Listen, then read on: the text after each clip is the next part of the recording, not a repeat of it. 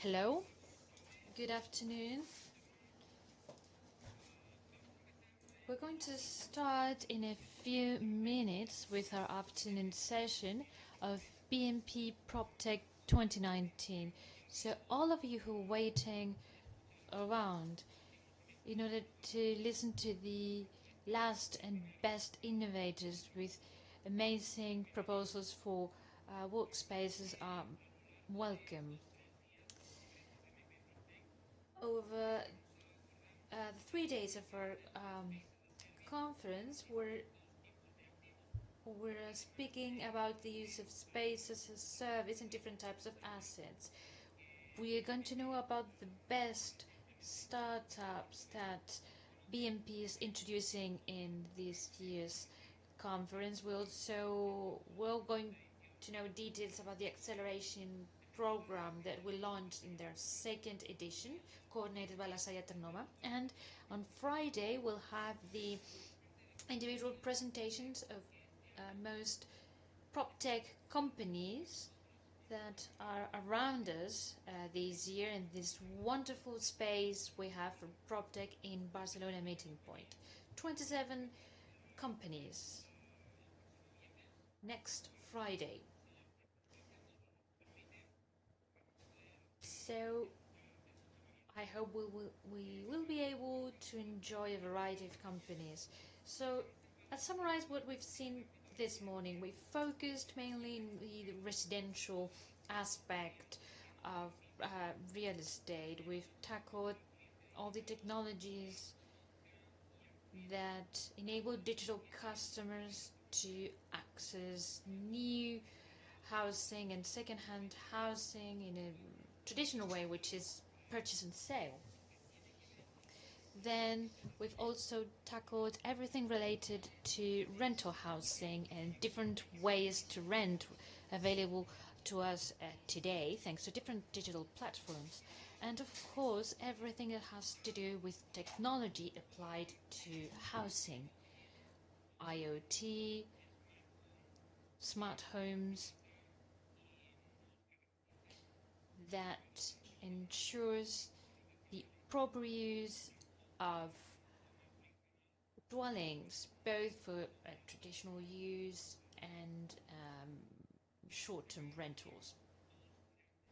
I would like to highlight the two keynotes we had this morning. Wouter Trufino, who's going back to the Netherlands now. I think his presentation was very inspirational. He presented us with the different challenges that technological innovation is helping us to overcome in the digital sector. We're moving towards a new customer, which is all of us. Clients, customers with the ability to access many services through the IoT.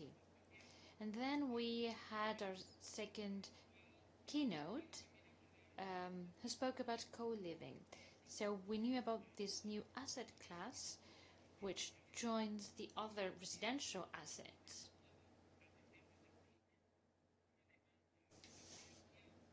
It provides a response to residential demand, which is changing.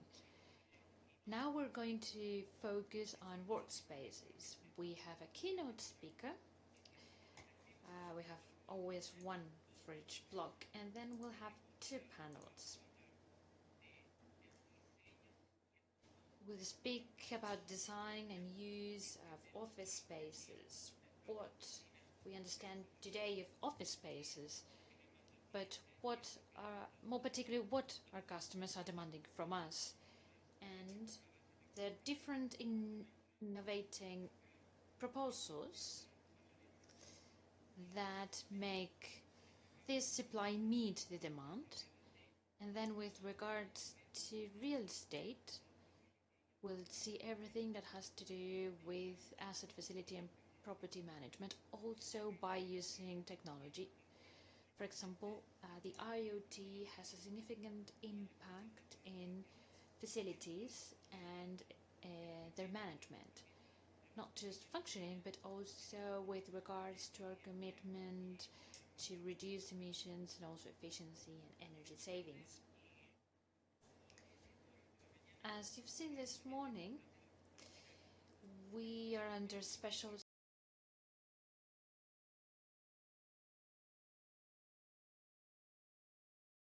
be able to listen to the wonderful speakers and panelists we'll have with us. Without further ado, I'm going to introduce our next keynote speaker, Dirk Pelink. We've asked him to give us 2 keynote speeches. Today he's going to focus in talent in the workspace. We need to understand that workspaces are related to the people working in them, and based on that, how they are created and how they are fitted to their needs. But tomorrow he'll have another keynote speech with a different topic related to the development of startups at European level. So without further ado, me gustaría dar la bienvenida a Dirk. Por favor, sube al escenario. Un gran aplauso para él.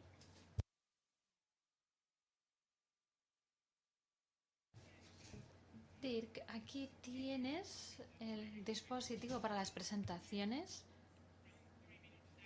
Unos 3 minutos, una media hora. Ya pone 24. Sí, no es justo. Por favor, si pueden volver a reiniciar el contador.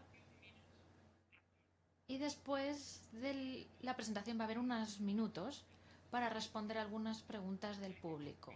Muchas gracias. Bien, voy rápido. En primer lugar, cuando he hecho un vistazo a ver cuántas personas hay en la sala, veo claro que en España todavía hay muchas cosas que hacer en PropTech, porque normalmente doy el ejemplo de Bélgica. Organicé una feria como esta hace 2 semanas y el año pasado era como esto ahora y este año ha estado lleno. Así que están pasando muchas cosas. Voy a recordar a todo el mundo lo que es el PropTech. Es la inclusión de todas las innovaciones que se ven en la cadena inmobiliaria en distintas categorías y clases de activos. Pueden ser tecnológicas o modelos de negocio. ¿Por qué es una prioridad? Tenemos tendencias macroeconómicas que nos presionan para tener más rentabilidad y más eficiencia. Nos vemos impulsados por los datos, por las necesidades de los usuarios finales, y el sector inmobiliario sigue siendo un sector muy tradicional que todavía tiene que ser perturbado. Es el sector más grande que todavía está pendiente de esto. Las tendencias mundiales tienen un efecto en el sector inmobiliario. Se podría hablar de la dimensión microeconómica. Tenemos el desarrollo mundial, el cambio climático, también muchos retos, muchas cuestiones como el envejecimiento de la población que nos fuerzan a utilizar mejor nuestros recursos. Al mismo tiempo hay mucha tecnología que afecta al sector inmobiliario. Podemos pensar en el BIM, que se está implementando ahora en muchos países, Internet de las cosas, blockchain, etcétera, Big Data. Todo esto se habían considerado antes, por ejemplo, por la Comisión Europea cuando han lanzado nueva legislación para los nuevos edificios en toda Europa. Y voy a explicar algo sobre esto en unos minutos. Si analizamos PropTech en su conjunto, hay principalmente 2 impulsores de la innovación. Primero, la experiencia del usuario, y es algo de lo que tú vas a hablar. Y después tenemos la eficiencia, porque necesitamos volvernos más eficientes. Nuestros recursos son muy limitados. Y desde el punto de vista de la experiencia del usuario, nuestros millennials se han vuelto muy exigentes. Lo que hemos descubierto, y distinguimos en PropTech 5 segmentos en la cadena de valor: finanzas e inversiones. He puesto aquí algunos ejemplos de empresas que están activas, startups de PropTech, que están activas en este campo. Diseño y construcción es una tecnología que utilizamos para ayudar a construir mejor los edificios, pero también para tener tecnología que nos permita realizar un seguimiento del edificio desde su diseño en la cabeza del arquitecto hasta que se pone la última piedra y se abren las puertas. Mercado y transacciones. Esto tiene que ver con cómo gestionar los espacios. Después la comercialización del edificio. Y después tenemos la gestión y operación. Voy a hablar un poco del coworking, porque van a hablar de esto varias personas, y vida y trabajo. Las empresas que se ven aquí, para todos ustedes que no estén familiarizados con ellas,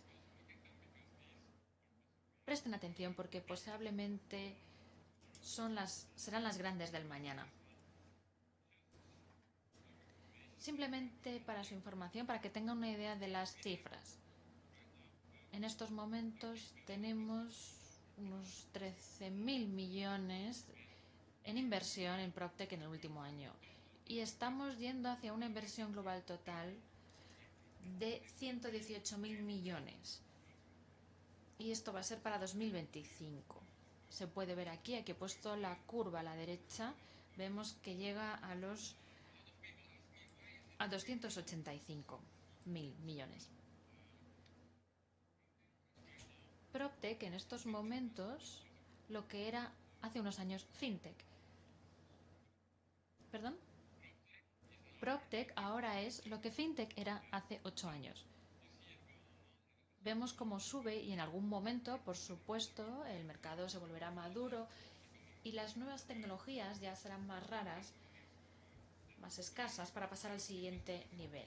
En cualquier caso, esta inversión que se va a hacer es enorme. Tenemos nuevos competidores, 36 unicornios de PropTech en 2019.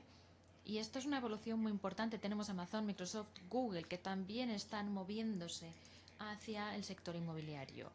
Una vez dicho esto, en estos unicornios, si prestamos atención, muchos de ellos ya no son europeos. Y volveré a eso en un momento.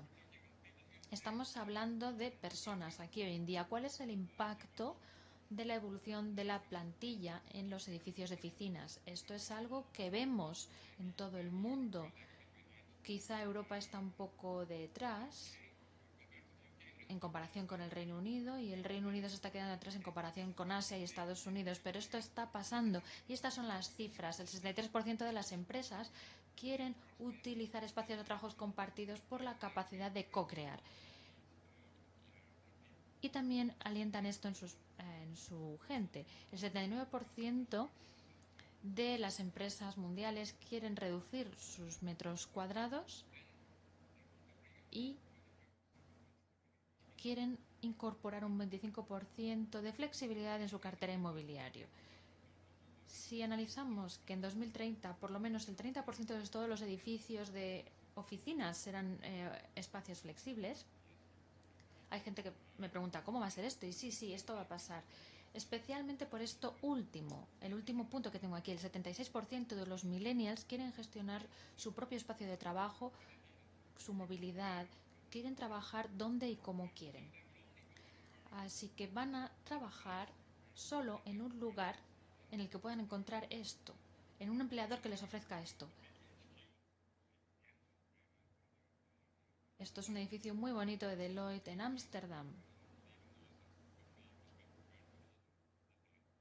Reconoce cómo se debe preparar el café para una persona, por ejemplo. Muchos de estos millennials piensan que un entorno motivador es algo clave a la hora de elegir el empleador y sorprendentemente el 69% de ellos dice me parece bien un salario inferior si me da una experiencia wow en la oficina en la que voy a trabajar. El 80% de las empresas mundiales van a aumentar sus contratos con trabajadores independientes. Eso se sabe que el mercado de oficina va a cambiar mucho, ya está pasando y cada vez lo va a ser más. Esto me lleva al asunto del coworking. Coworking es un fenómeno, una tendencia duradera que se ve impulsada por los millennials. ¿Por qué? Porque el coworking está explotando. Primero voy a decir que esto lleva existiendo más de 30 años.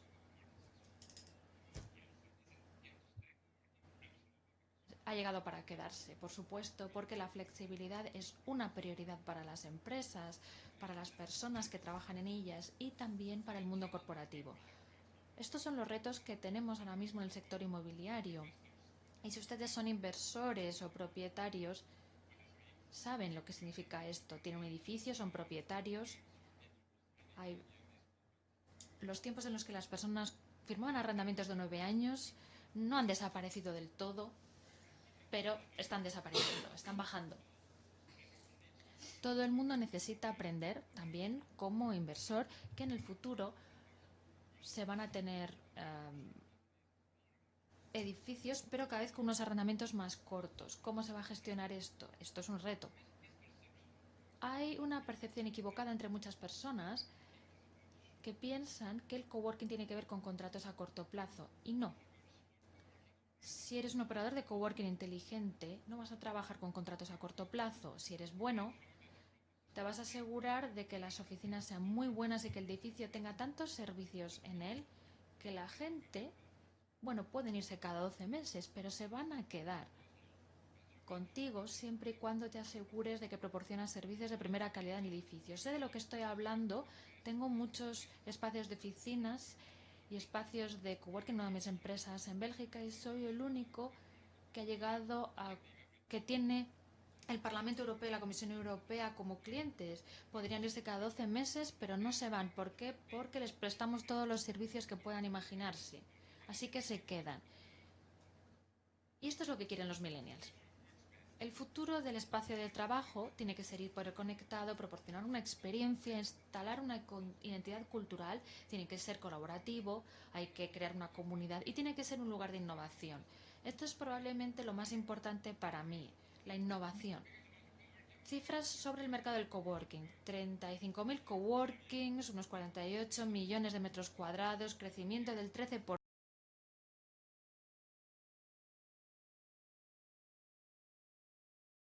Una locura porque el último año el crecimiento ha sido más del 15%. No sé qué pasó en Bélgica, pero todo el mundo estaba firmando coworkings. 26.000 millones en valor de mercado. Pensarán que es mucho, pero no, no es mucho. Las ubicaciones están creciendo un 205% y los operadores un 138%, y esto ha sido en los últimos 5 años y sigue creciendo sin parar. El 40% de la demanda son grandes empresas.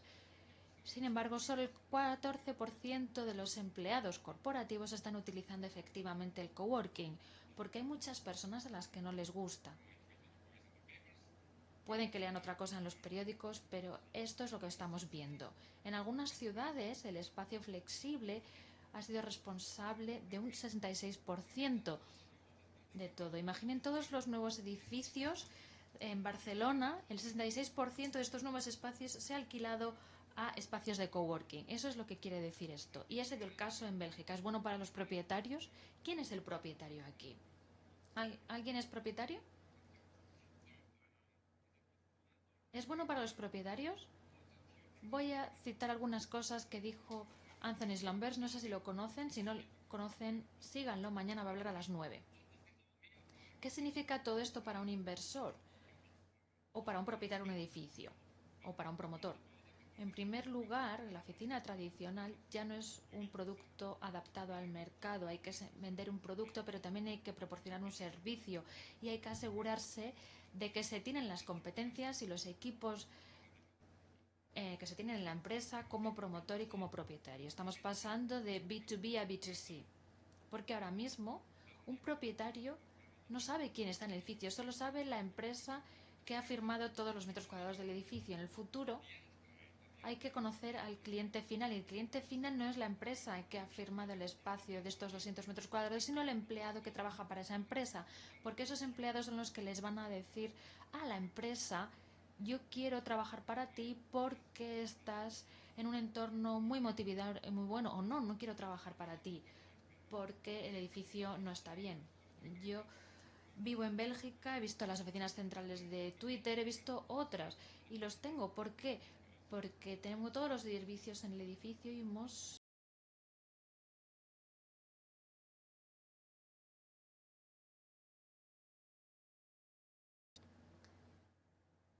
¿Sí? Sí, por supuesto, pero se me está pasando el tiempo. ¿Puedo hacer la presentación primero y después me plantea la pregunta? Sí, lo voy a hacer. Los propietarios tienen tres funciones que se pueden elegir. Se puede decir, bien, necesito espacio flexible en mi cartera, pero no quiero hacerlo solo, así que voy a subcontratar esto a un operador. Una de mis empresas es un operador. Modelo tradicional, cojo mucho dinero, yo y el propietario menos. Segunda posibilidad, podemos decir, voy a operar todos los servicios y todos los espacios flexibles yo mismo, que es algo muy difícil de hacer. O se puede hacer la tercera cosa, que es formar parte de un ecosistema de proveedores que pueden ayudarnos a construir la marca y una propuesta de valor. Para mí estas son las tres funciones que se pueden tener ahora mismo como propietario y hay que elegir en un futuro cercano, porque el coworking no va a desaparecer y los conceptos flexibles tampoco. 10 minutos. Voy a darles un ejemplo. Esta es una de mis empresas, es una startup que se llama Work It All, que tiene este sello de excelencia de la Comisión Europea. Está creando coworking en las paredes dentro de las paredes de las empresas. Estamos creando coworking con los propietarios en espacios, edificios de 20.000 metros cuadrados, por ejemplo. El propietario dice, quiero atraer gente aquí, servicios, podéis gestionar esto para mí. Eso es lo que hacemos. Otra opción que tenemos es crear espacios, por ejemplo, en las oficinas centrales europeas de Procter Gamble. Estamos organizando coworking dentro de las oficinas de Procter Gamble. Y también estamos en contacto con Coca-Cola, etcétera. Nuestra propuesta de valor que tenemos es que vamos a una empresa, a un edificio con espacio de oficinas infrautilizado y decimos, tienes un gran edificio, tienes 2.000 metros cuadrados que no estás utilizando, que están infrautilizados. Vamos a gestionarlo para ti, vamos a traerte los clientes, tú vas a hacer las inversiones, nosotros traemos los clientes para que puedas ganar con ese dinero, con ese espacio. Y al mismo tiempo hemos desarrollado un software que hace posible vincular startups y otras empresas con estas grandes empresas, grupos corporativos. Estamos creando una red en Bélgica y en toda Europa, por supuesto, donde tenemos puntos físicos en el mapa. Tenemos muchas empresas con coworkings abiertos. Tenemos unas 60 en Bélgica. Hemos abierto hace 6 meses. A finales del año que viene vamos a tener unas 250 en Bélgica, empresas en las que se puede ir y comenzar a trabajar en cualquier momento.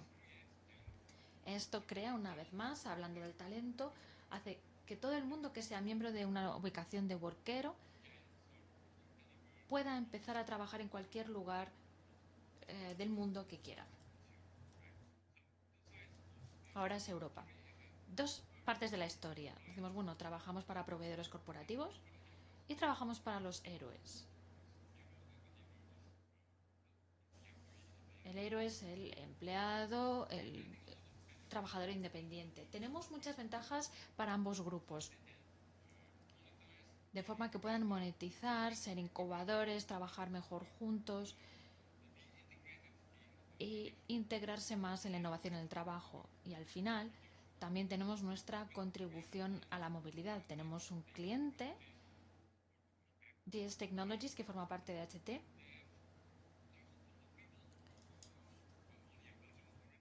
Tiene muchos trabajadores en Bélgica y tienen un problema. Hay muchas personas que no quieren ir a trabajar todos los días porque tienen que viajar 100 kilómetros.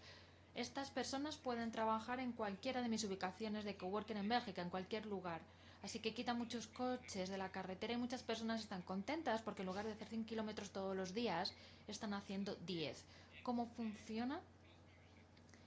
Es membresía cerrada porque necesito saber quién eres. Si te voy a mandar a las instalaciones de Procter Gamble para ir allí, para innovar allí y para trabajar junto con ellos. Entonces es un sistema cerrado, tengo que saber quién eres, te puedes abonar a través de LinkedIn, yo leo tu perfil y después necesito tus datos de identidad porque si no somos un agente de reservas donde puedes ir a un sitio de estos. Este es el aspecto que tiene, esto es un ejemplo de cómo sería. Estamos copiando esto en todas nuestras ubicaciones en Europa. Tiene cierto estilo, Y es un copiar y pegar. Quiero que todo el mundo tenga la misma sensación cuando va a uno de estos espacios. Lo que hacemos con el software es que conectamos a las personas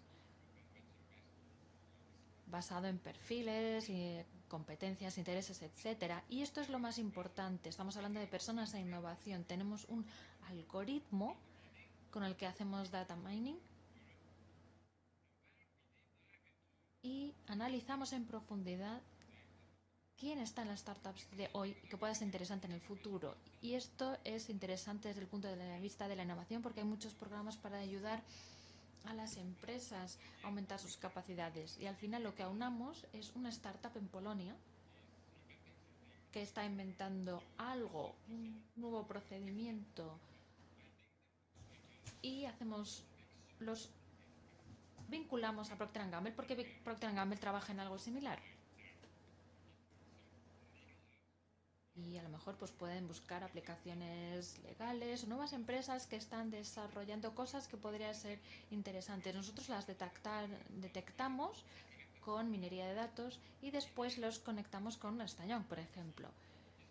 Y lo que hacemos es, ahora estamos yendo hacia modelos predictivos. Por la innovación sabemos quiénes son las empresas que van a ser importantes y grandes mañana.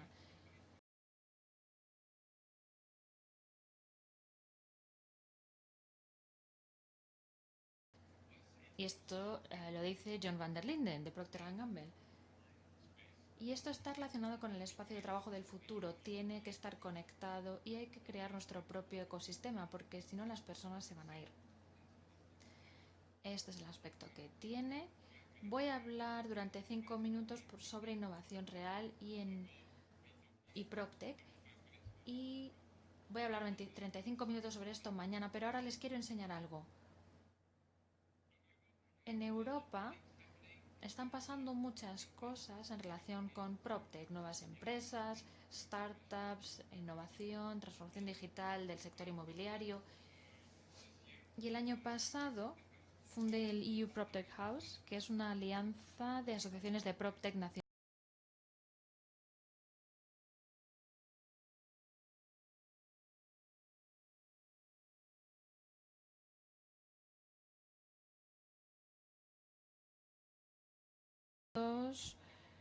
Ponen en contacto a las startups con inversores, posibles clientes, y a nivel europeo lo que hacen con la alianza es yo trabajo con la Comisión Europea, proporcionamos un contexto a nivel europeo, estandarizamos muchas cosas en PropTech para tener una mejor legislación europea, para ayudar a todo el mundo que esté aumentando su escala en PropTech, creamos un marco jurídico y aumentamos la colaboración transfronteriza y por supuesto trabajamos con estas 23 redes nacionales.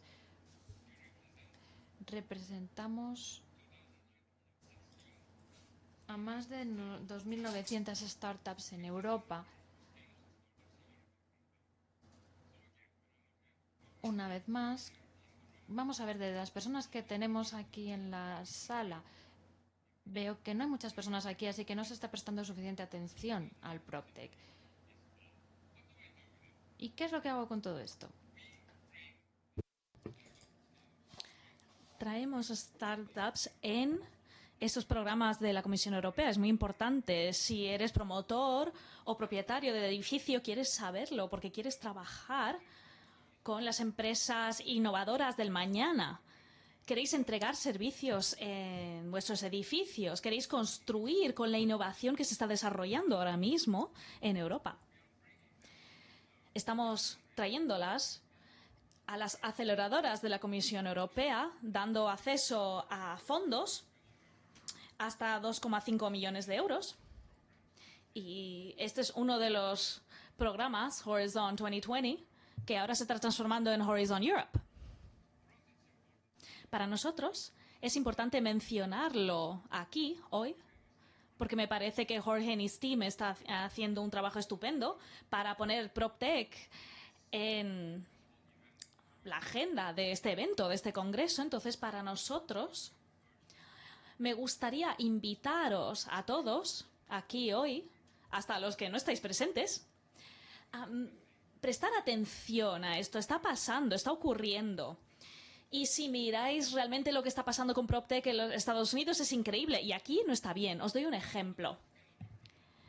Las startups en PropTech, del momento en que empiezan, consiguen fondos, del momento en que se desplegan en el mercado, si comparamos Europa a Estados Unidos va 21 veces más rápido. 74% de nuestras unidades están en Estados Unidos, 21% China, 1% están en Europa. O sea que nuestros resultados son malos, bastante malos. Ahora os doy un ejemplo muy concreto porque me falta un minuto. Para las personas involucradas en startup es un buen ejemplo. He organizado los premios Startup para la Comisión Europea. Hemos tenido muchos ganadores. Aquí tenemos un ganador, Simpsonil.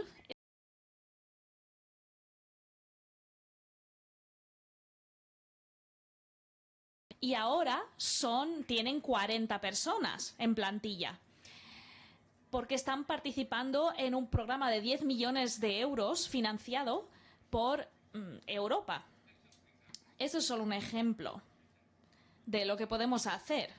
Otro ejemplo es la forma en que intentamos influenciar la legislación y los programas para el año que viene. Mañana, Jorge, ¿cuándo hablo? ¿A la 1:45? Yo creo que es a la 1:45. Mañana voy a hablar por media hora sobre el programa Escalar, un programa nuevo de parte de la Comisión Europea. Van a coger equities. Esto nunca se ha visto, pero va a ocurrir en 2020.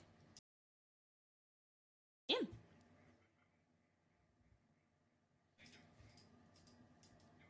Muchas gracias. Tenías una pregunta. Muchas gracias. Yo creo que tenemos una pregunta.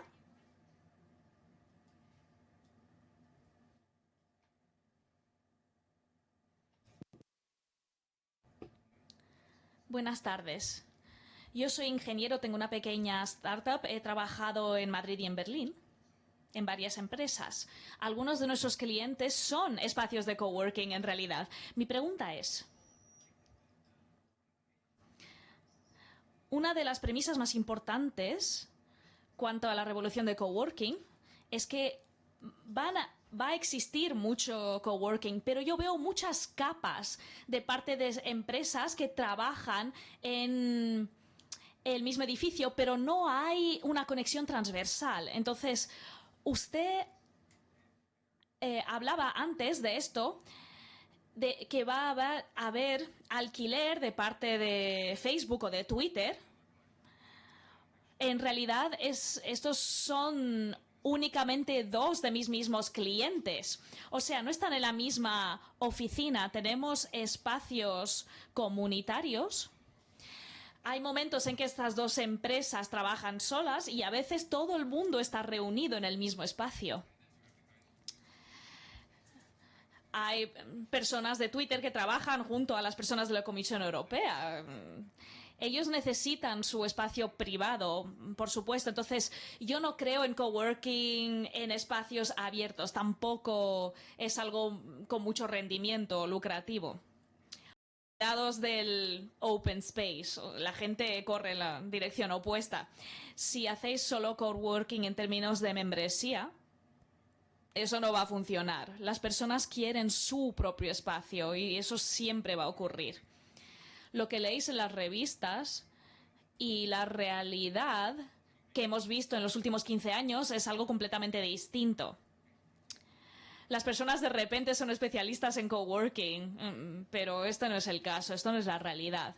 Si tenéis espacios de coworking, deberíais tener 12 a 15% de espacio abierto y el resto debería ser espacio privado. Tenemos 2.000 metros cuadrados en open space. ¿Responde a tu pregunta? Puedes hacerme otra pregunta si quieres. Aquí estoy. Muchas gracias. Muchas gracias, Steve. Round of applause for Dirk.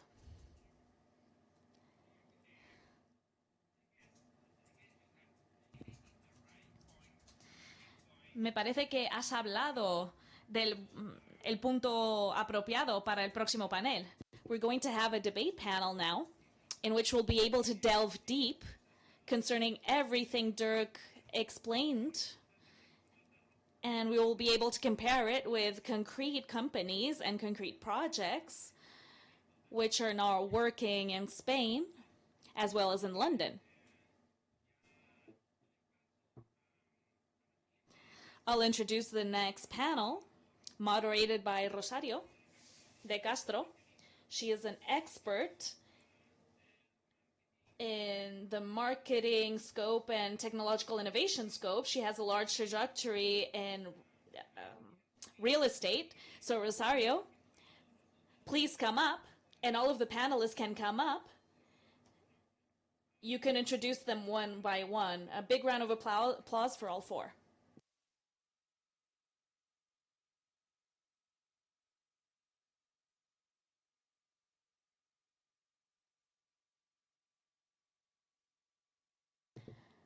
We're going to switch the order around.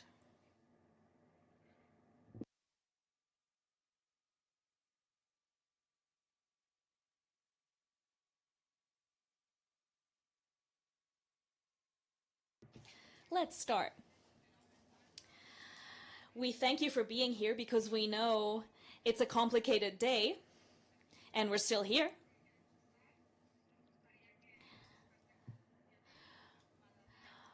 We see people truly concerned about what PropTech really means and the transformation model in real estate and its challenges. We're going to start by speaking a little more about everything related to flexible working spaces. They will quickly introduce themselves. They will do it better than me. Before we start, I'd like to ask two questions. First, who is now working in a flexible working space, in a co-working space? Not a lot of people. Who has ever been in one of these flexible open spaces offices for a meeting, for instance? Okay, much more people. Who's familiar with spaces offered by Rebus ever since 1989? People are very young here. So now they may introduce themselves and we may start the conversation. Audi, you can start. I don't have a picture. I'm Audia. I'm general manager of Etornipus, a co-working space network. Someone asked me whether we are responsible for Colonial, and I said no. We have been working for almost a decade. This is very important because people always ask that. Oh, is this moving forward? Is it growing? And we are growing after almost a decade. We work in Madrid, Barcelona. We are very happy and very thankful for being here and sharing our afternoon with you. Very well. I'm Julien Pallier. I'm French, but I've been living in Barcelona for almost 15 years. I'm the founder of Desk, the digital brain that allows for more automatized working in all this flexible environment. We work on big offices, and I hope with you soon. O sea que esta es mi introducción, ¿no? Yo no hablo español. I know perhaps... Yo soy Caleb Parker, soy director general de Space as a Service Route. Somos partners de propietarios para ayudarlos a poner servicios en sus edificios. Lo hacemos en 3 fases distintas. Construimos y operamos con nuestras marcas. Por ejemplo, aquí tengo una marca en mi camiseta. If anyone wants to ask more information on Bold,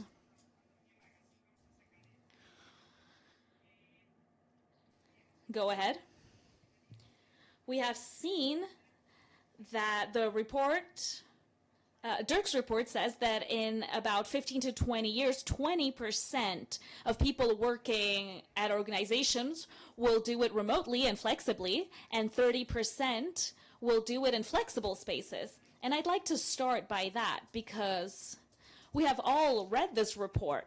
WeWork has been the largest tenant in New York, and 35% of flexible spaces operations have occupied the whole transactional market in London. We may begin to realize that this is fashion. Is this a trend? Is it millennial driven? Is it a new model in an entrepreneurship ecosystem? I'd like us to ask ourselves the main leverage. What is the main leverage? Os voy a preguntar sobre tecnología. ¿Cuán importante es la tecnología para este modelo? ¿Es el trigger o es la experiencia del usuario el trigger? ¿Qué pensáis? Yo puedo empezar. Podemos hablar en español, en inglés. Yo no creo que la tecnología sea un trigger, un desencadenante. Me parece que la tecnología es facilita las cosas. Pero, por ejemplo, cuando veo la movilidad, lo que necesitas es querer ir ahí como persona, como empresa. Este tipo de flexibilidad de la que hablaba Dirk es algo que las empresas tienen que implementar y después se puede facilitar gracias a la tecnología, pero si las personas no quieren hacer eso va a ser difícil. Yo creo que hay un cambio cultural hacia este on-demand. Hemos visto esto en términos de movilidad. Hemos visto esto en empresas de transporte. Estamos acostumbrados a conseguir las cosas con un clic de parte de empresas como Amazon y queremos ese tipo de experiencia end-to-end en todos los momentos de nuestra vida. Y All Work, que es 8 horas de nuestra vida. Y esto aún no ha sido transformado o digitalizado. Viene de parte de un cambio cultural y social. I started working in new technologies 20 years ago. I think this has marked me mentally. After shifting from the technological and digital bubble, at first it was most important. Now I'm a little more cautious.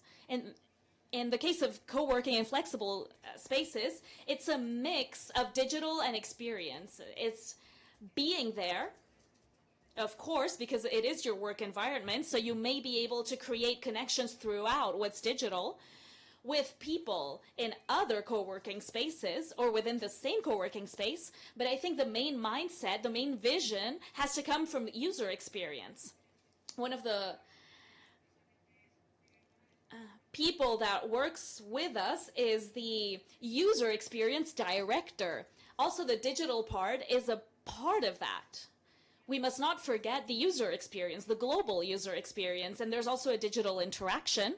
But mixing this with in-place experiences is paramount.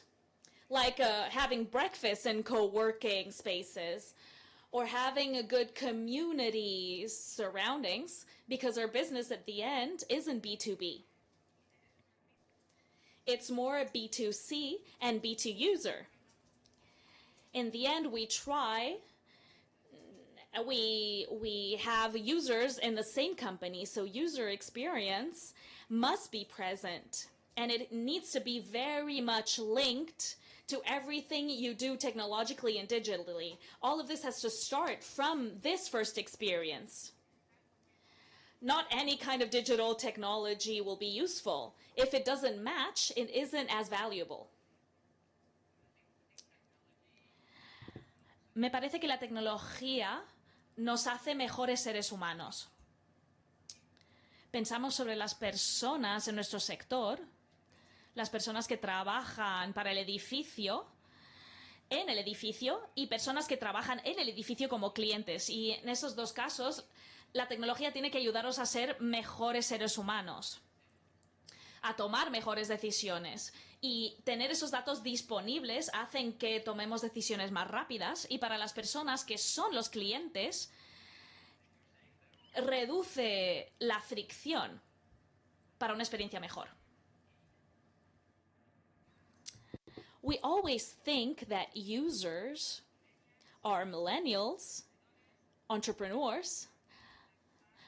I would like to ask this question because there's more and more corporations that want this elastic elastic staff. They want separate areas, more co-creation and sharing areas. And I would like to ask whether you are noticing the silver surfers of our generations, because the silver professional must find a place to work, and quickly, because the working model is shifting. Have you started detecting this new professional starting to work in these open spaces?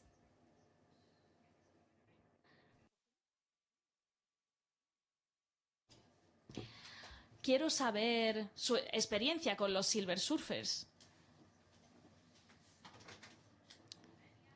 O si solo veis a millennials, a startups, a corporaciones. Me parece que hoy en día no trabajamos solo en una oficina. Teníamos que ir a la oficina antes porque ahí estaban los ordenadores, pero ahora mismo, si tienes una conexión wifi, tienes acceso a tu trabajo, y por ello no tenemos que estar en nuestra oficina. Es una elección nuestra. O hay una política de empresa que dice tienes que estar en la oficina. Y como resultado,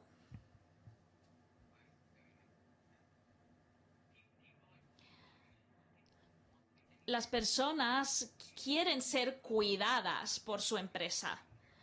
Quieren ser cuidadas por el sitio en que eligen trabajar. Puede ser una cafetería o un edificio o un hotel. Esto es lo que impulsa este cambio del producto al servicio, como decía Dirk.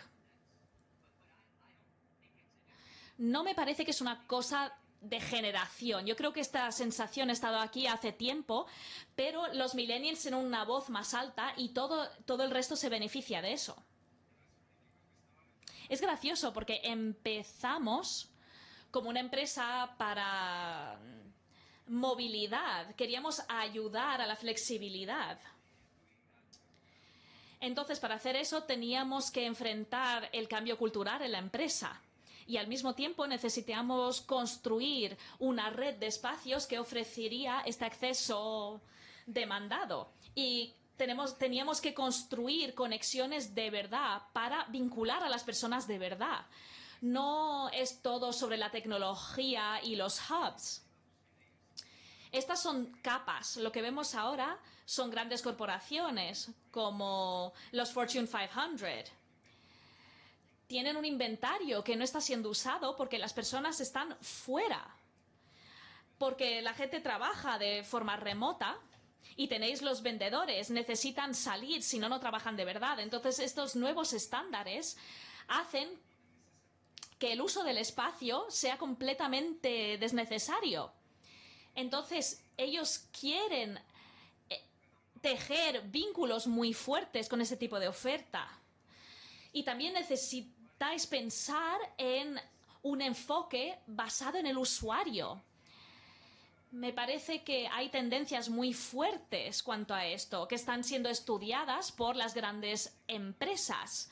Son actividades basadas en el trabajo. Veis un aumento de la productividad dependiendo de dónde estás. Entonces, a veces me voy a concentrar porque estoy en el lobby y no estoy siendo interrumpido. Entonces, todo se está mezclando. La tecnología, que las personas se quieran mover, y lo que ofrecen las empresas. Es un momento estupendo para nosotros, para poder servir este tipo de ola que va a cambiar completamente la forma en que interactuamos. Sí, siguiendo lo que has dicho, Me parece que no debemos usar la tecnología simplemente por usar la tecnología. Necesita un tipo de objetivo. Las personas quieren ser cuidadas y la tecnología debería ser un arma para hacerlo. El servicio que tenemos en el edificio y la hospitalidad que tenemos en el edificio está ahí para que las personas se sientan mejor, para facilitar sus vidas. De ahí viene el impulso. Me parece que muchos propietarios en Londres, he hablado con ellos, creen que pueden ofrecer un contrato más largo y eso es un servicio, pero eso no es un servicio de verdad. I think flexible workspaces and services that go along with this are breaking barriers that used to exist in workspaces. We had corporate workspaces before. Or rather, they were tech savvy.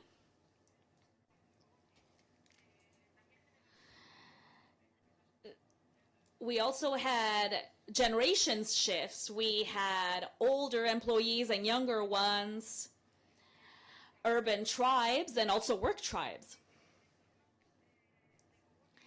As for co-working environments, what's happening, and it's wonderful, we have this wonderful mix of freelancers, startups, different company corporate departments. This is where innovation and change really happens within this mix. So for us, it's really important from the beginning to not be exclusionary in the way you advertise yourself, that you advertise yourself in a multi-generational manner. I remember at the beginning, we always had 18-year-olds and 70-year-olds. This is a cultural shock. We may have other technological hubs that have a 30-something male profile, but this isn't as enriching. Innovation comes from mixing things up. And I think that more and more corporations and companies, right now we have more and more companies in our spaces. This is more common in this kind of flexible workspaces. We are ending this prejudice that co-working spaces are only for freelancers and for other kind of gutter punks. You see that all these kinds of workers mix up in forums, technology, and people are looking for, look, I need this freelance to do this job. And so this connection happens. I was telling someone beforehand, it's true that a big corporation wants to have the agility of a startup, and all startups want to become as big as a corporation. This is where the magic happens. This makes a big company to be able to innovate. This is why an innovation department should always be in an environment of a flexible working. This is where you find the perfect ecosystem, and vice versa. And a startup that wants to grow, to be in a shared building as the ones we have with Colonial. It has traditional offices in some floors of the building, and in other floors, we have a flexible model. So the traditional offices can go down to the flexible floors to access a certain schedule and get the best out of both worlds. Why can't you have the best of the both worlds? People say, oh, you have to choose A or B, pleasure or work. I think we are breaking that, and it's healthy. We can do it, and it's possible. Out of curiosity, these corporations that come to flexible spaces, do they have the same requirements and expectations as freelancers or startups? Or do they have different requirements? That's a very interesting question. It's different. I believe the challenge for flexible working spaces, physically as well as technologically, is that they have to give services that are adapted to any kinds of companies. So they need to adapt to any kind of requirement. Companies need their privacy, their security. They need requirements in terms of safety systems. They need private floors. They need their special branding. It's what you were saying before, this feeling of belonging to your own company and engagement, but you also need a more open ecosystem, and that's also good for staff. Millennials don't want to belong to big companies, they want mobility. So this is how they get to be in a big company, and they are also open to getting to know interesting people every day. ¿Quieres responder? Me parece que hay dos cosas ahí. Están las startups y las corporaciones que tienen requisitos distintos. Me parece que como las personas que trabajan en las empresas no tienen los requisitos distintos, entonces yo quiero hacer esta distinción. Pero hablando de las capas, eso se llama inmobiliaria full stack, entre comillas. Y todo eso, en todo eso hay un nivel de bienestar. Voy a ponerlo en una jerarquía, esto se puede mezclar, pero el bienestar físico y mental está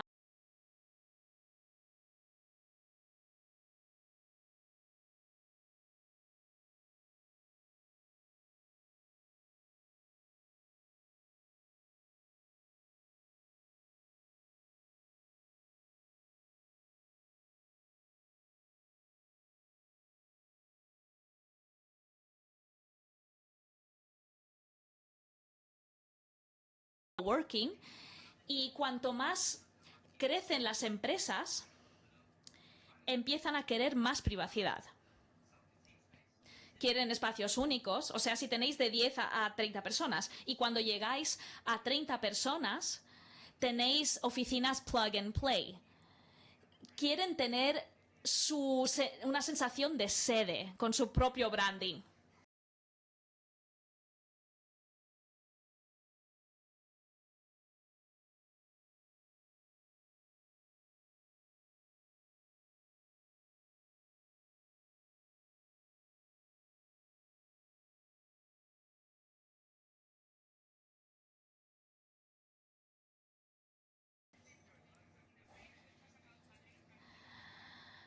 ¿Estás hablando solo de Madrid, Barcelona? Me parece que la localidad es algo muy importante, como por ejemplo el comercio minorista. Cuanto más población,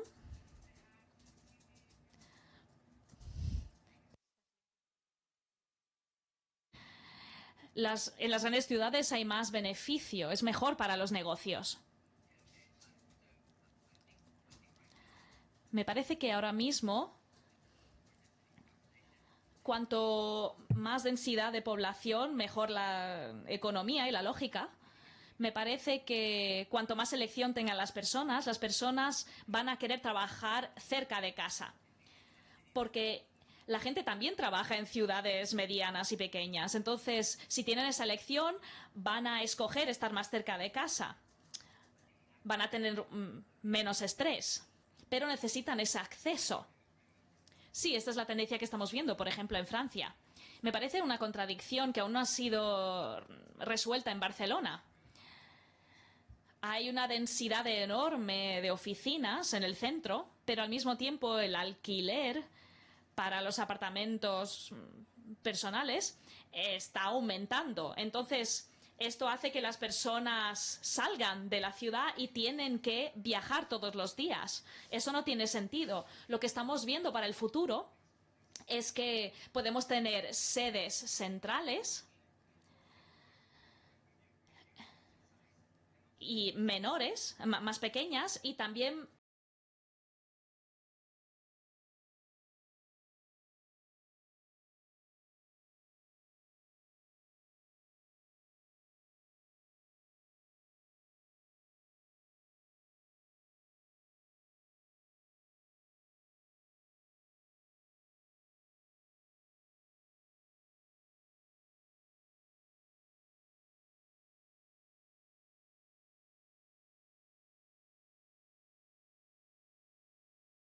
invertido varios millones de euros para este tipo de movilidad. Tiene un impacto medioambiental muy grande y también en términos demográficos. Es más, hay más que el espacio flexible. Tiene que ver con la forma en que trabajamos y vivimos juntos.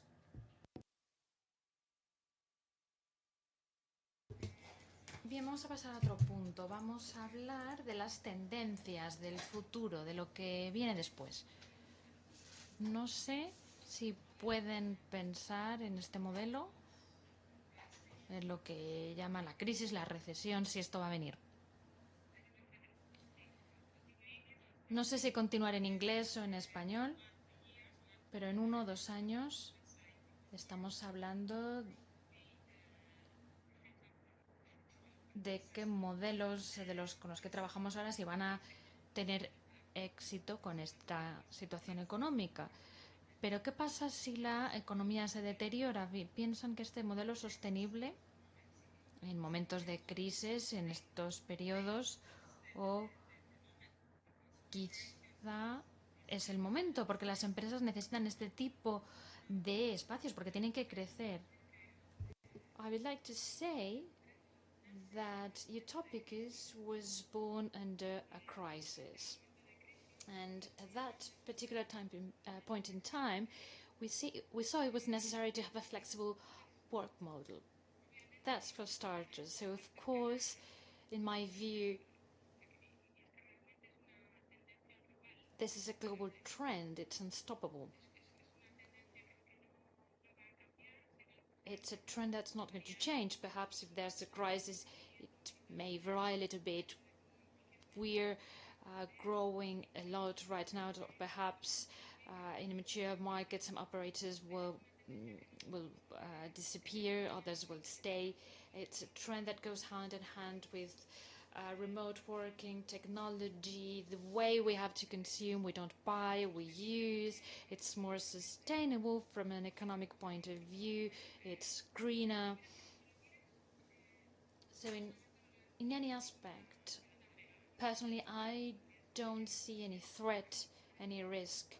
And in our case, since we belong to a real estate company, as you know, and we're in colonial buildings, so the risk is even lower.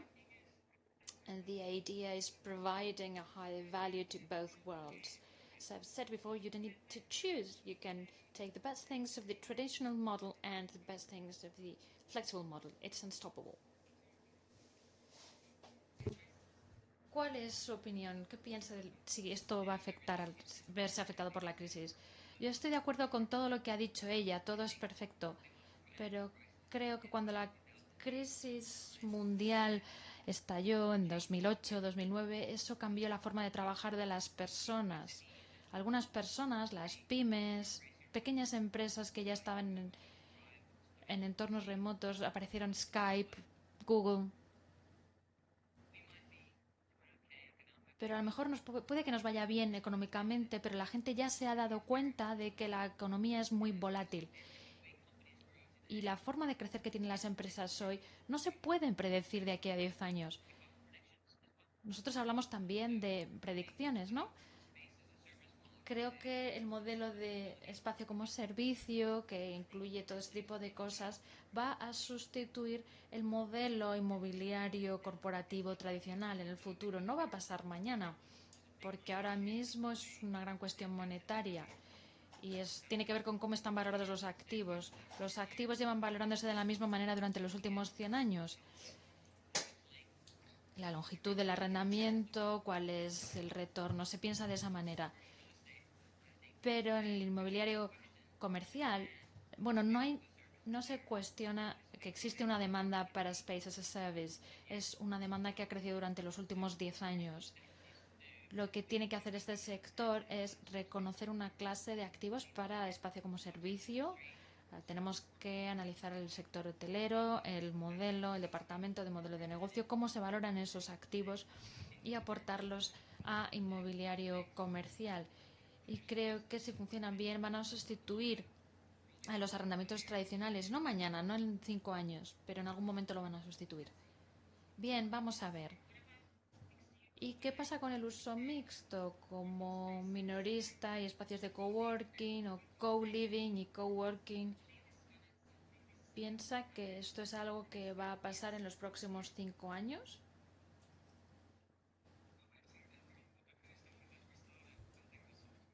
Nosotros hemos empezado a crear el software para este tipo de servicio. Hemos permitido esto para los propietarios. Empezamos en el sector de oficinas, en inmobiliario, ya estamos pasando a minorista. Hemos firmado algunos clientes que son bancos porque están cambiando su forma de crear la relación con sus clientes y quieren que sus oficinas, sus agencias sean también espacios de trabajo, una nueva forma de recuperar ese cliente porque todos sus servicios se están digitalizando, así que tienen que reinventarse en lo que respecta a las estructuras que tienen, restaurantes, bancos. Cualquier espacio puede ser espacio como servicio desde donde se puede trabajar cuando empezamos a pensar en distintos tipos de experiencia. Y me ha cogido por sorpresa porque ha sido mucho más rápido de lo que esperábamos, pero creo que esta mentalidad está cambiando realmente y es impresionante ver cómo hay muchos ejemplos en todo el mundo. Creo que es un cambio global. I have to confess that the first time I went to a coffee work of Santander Bank, I was extremely surprised. First of all, because it was Santander Bank, and then because of this new conception of the relationship with their customers in different spaces. And if you've been there and you've held an event there, you you don't remember that you were at a bank. Actually, the traditional branch. I would like to leave some minutes in case there are questions, but before that, in line with what we've said, I agree that there's room for mid-size cities. I think that 5G will help us to get away from workspaces to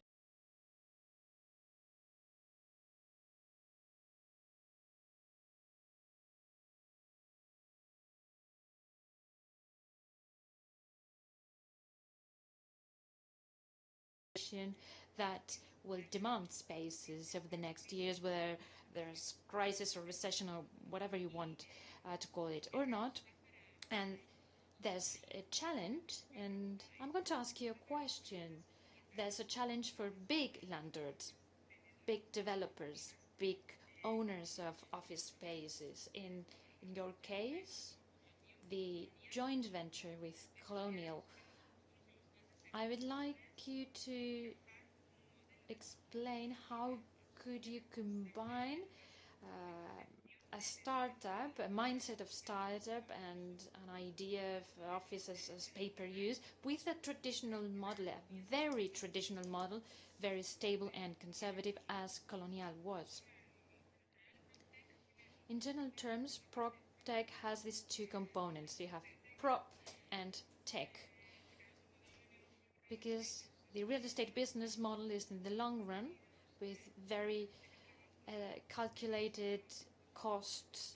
People that work in this industry, and I include myself, has a different culture. You see that everything is planned in a different way, everything is under control. So there's a bit of a clash between cultures. But from a tech point of view, that's what I've been working in over the past 20 years. This is different. We are not that reluctant to take risks. Everything is based on ratios and variables and deviations and risks.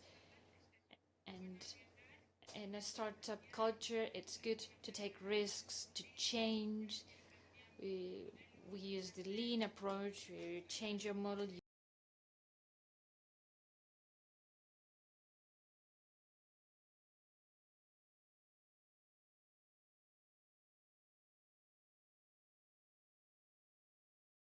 good marriage, because Colonial is an expert in the box, so to speak. The buildings, the locations. They have a highly qualified and professional team, and Utopicus we're experts in the content. We're closer to the customer. Our CEO, Colonial CEO, said that. And we provide value because we're thinking about users, the content provided to them, how we can innovate with them, how can we get them to know each other to improve their work environment. What you've said before, it's stepping into the other person's shoes. We want them to feel comfortable. We're not selling tables or chairs. We're offering a work environment as a service, which is comprehensive. And there we include cultural change programs. Thanks to our school, we've been working with that for 10 years. So we don't stop there. This is a utopia, why not?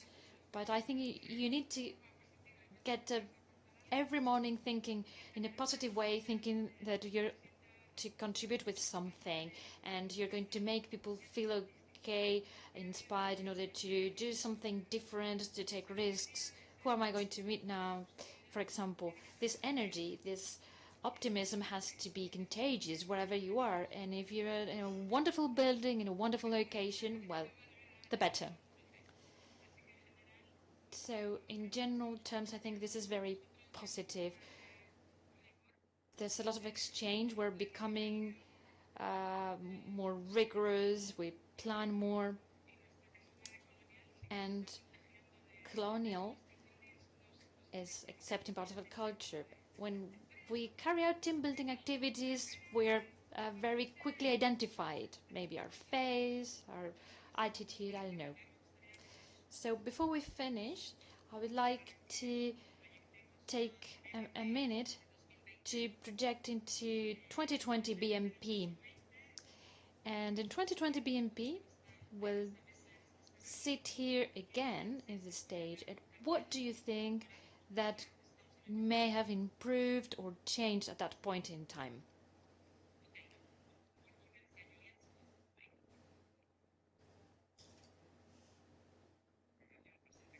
Well, a year is not a lot of time, but at the same time, many things can happen. I would like to have the same panel, so I invite you to meet again in 12 months' time, but not just by sharing a view, which is what we've done today. I hope it has turned into a reality, and maybe most of the market share has become this. When you ask how many of you are in a flexible work environment, I hope all hands are up, and then we'll speak about the impact this has had in the parameters I've mentioned before: personal impact, professional impact, business opportunities, networking opportunities, how all this has started to change the rest of the city and our societies. I understood in 20 years' time, so I'm sorry. Well, yeah, we can do that too. So I was thinking in 20 years' time, and I needed to go back. I think in a year, technology will continue to evolve. It's going to be more present. Data collecting. This is very important, collecting user data, because the real estate world, I think that they still talk to the company and not the end user. And thanks to the technology, we can collect more data about our users. We are continuously mapping the companies that use the spaces, what industry they come from, what services they want. It's a sweet time because we're collecting all this information. How they work with each other, relate to each other. We are still missing this information. It has to do with work, not residential. And I think next year we'll have more information. And in a few years' time, we'll use big data, AI, etc. But I think next year we'll have that on the table. creo que en un año vamos a hablar más específicamente sobre espacio como servicio, como clase de activos. Voy a volver al dinero por un momento porque es lo que está ralentizando las cosas. En el Reino Unido, el RICS, que a lo mejor lo conocen, acaba de presentar un documento sobre la valoración del espacio como servicio y vamos a ver cómo se va a convertir en una clase de activos. Quizá no en un año, pero tendremos ejemplos más específicos. Y cuando eso ocurra, y el próximo año vamos a ver más empresas inmobiliarias asociándose con marcas y empresas de tecnología. Y cuando esto empiece a crecer, lo que vamos a ver, creo que vamos a ver cómo cambian los perfiles de los inversores en el inmobiliario comercial, porque vamos a pasar de un modelo de inversión de bajo riesgo a un modelo con mayor riesgo, pero con una rentabilidad potencialmente mayor. Y esto va a aportar un nuevo perfil de inversor. En un año vamos a hablar más específicamente de todo esto. Well, 21 seconds. We have questions, but next year we'll be able to answer them. I would like to ask a question to Julian. You've mentioned spaces so that people feel more comfortable with high quality in their work. Are you thinking about rural spaces too, so that people can work from their village, from that environment? I would say that right now there are projects in Spain. It's called aldeasabandonadas.com, abandoned villages basically, so that are helping people to live in the rural world. They're open spaces. Customers don't have to commute. Business people are buying companies in the rural world because professionals are skilled. They don't have to commute, and it's cheaper. So businesses in the rural area are cheaper than in a city. So I would like to thank Julian because he said that you can work close to your home, and we've launched this project for a while, and many business people are quitting the cities, and there are many young people such as yourself that are have decided to have their companies in a village. I think in a few years' time, people will fight and will try to live outside the cities. And thank you very much for this communication, because this is an important value for spaces so that people live a happy life. Is there any other question, any other comment for our wonderful panel? Well, if this is everything, I would like to thank you. I would like to request a big round of applause for our speakers.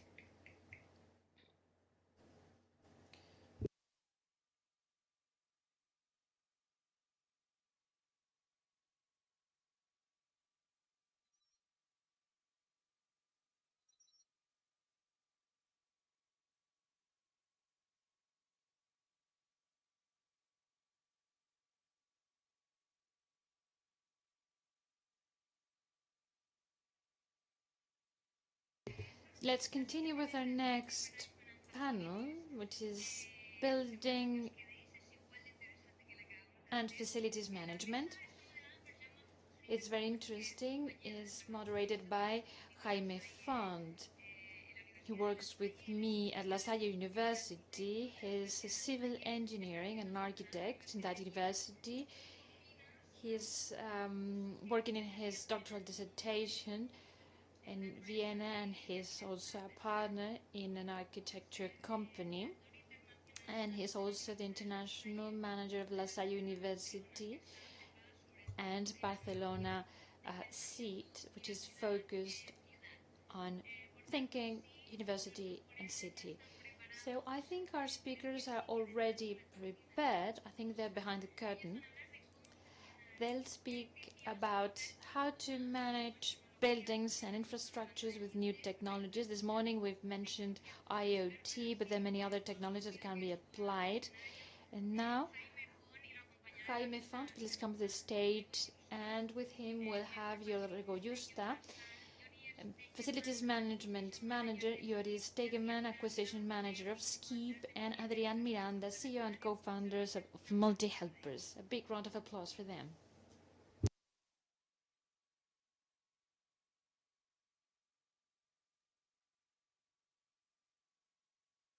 Good afternoon.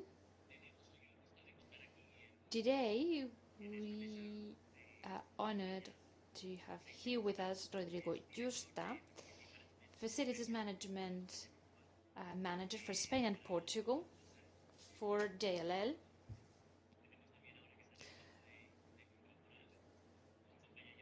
We also have Joris Stegeman, Acquisition Manager for Spain for Skip. And last but not least, Adrian Miranda, CEO and co-founder and Multi-Helpers. The idea of this panel was discussing the process of transformation of workspaces. It's ongoing. It's adapting to new technologies, new trends.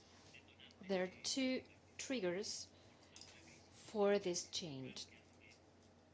First of all, labor crisis, which made our model more unstable. It required more flexibility, and it's unstable as it's never been before. The needs change, and the market provides collaboratives or co-working spaces. Another trigger was digital transformation. Without this possibility, these collaborative ideas, sharing companies would have never existed. So these new topics, new workspaces, models, and digital transformation will focus on this. All the industries have found the idea that customers are heroes, that everything has to revolve around the user experience. Our market is no exception. We have a new generation, the millennials, the Z generation. Those of us who come from the X generation, there's a new mindset. It has to do with sustainability, efficiency, a different way of working.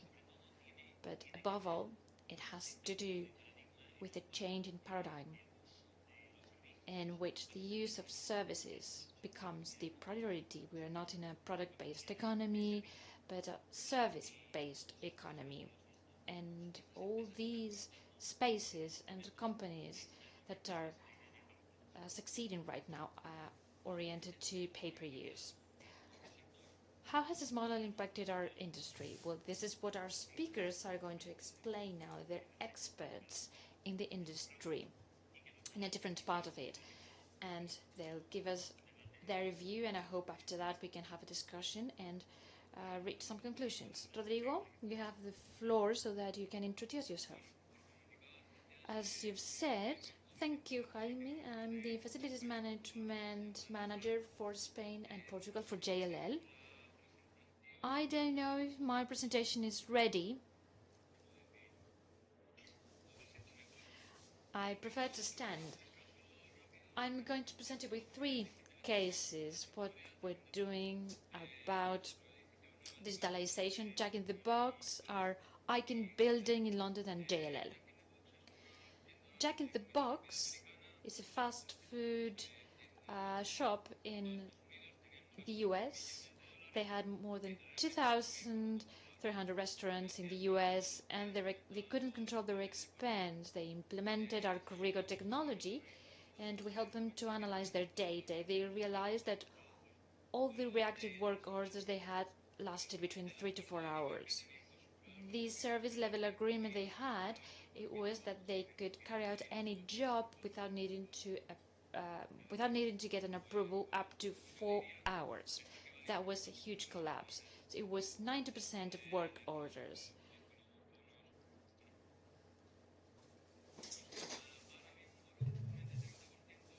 I'm sorry, we're losing the sound. At the same time, there was a 30% of proactive work order results, and no problem. So we needed to reach the end users with basic guidelines of usability.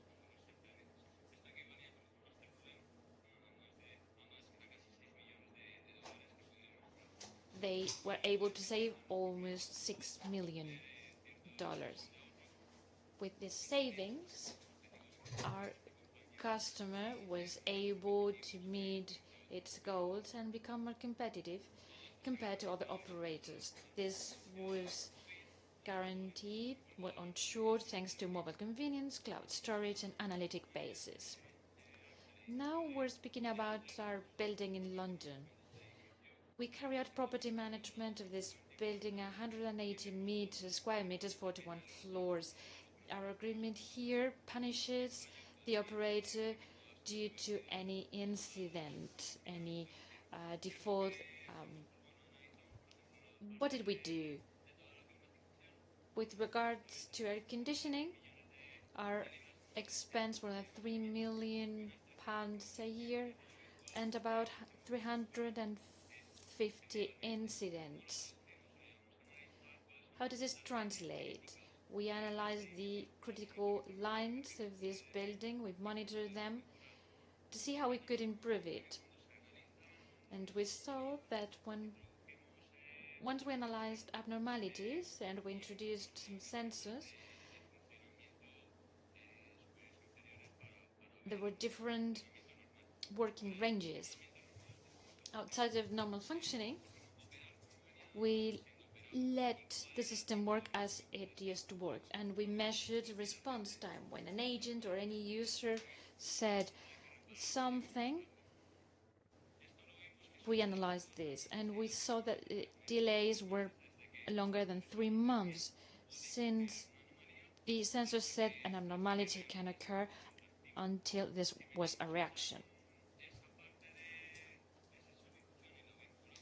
If we link this to a maintenance system, computer-based maintenance system, this sort-out time shifted to 5 days. If one parameter is was outside the normal range, an operator would go there to adjust one of the internal parts or replace one of the parts. If you replace parts, the delays are longer and costs are increased. And thanks to this, we implemented the Internet of Things, we used AI, we learned from all this. And we used predictive maintenance, which is key for us. And we work for that in JLL. All of this is possible thanks to the Facilities Flex service, in which we allow the monitoring and digitalization of all the facility management services in any corporate environment. These are the conglomerated trends at the technological level that we're living day in and day out next to our clients. This is my presentation. Thank you very much.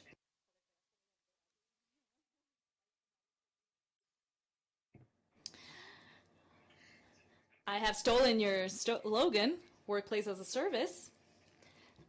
I think your company sums up in a way what I had introduced in the panel. Please talk to us more about it. Yes, I work for a SCEP.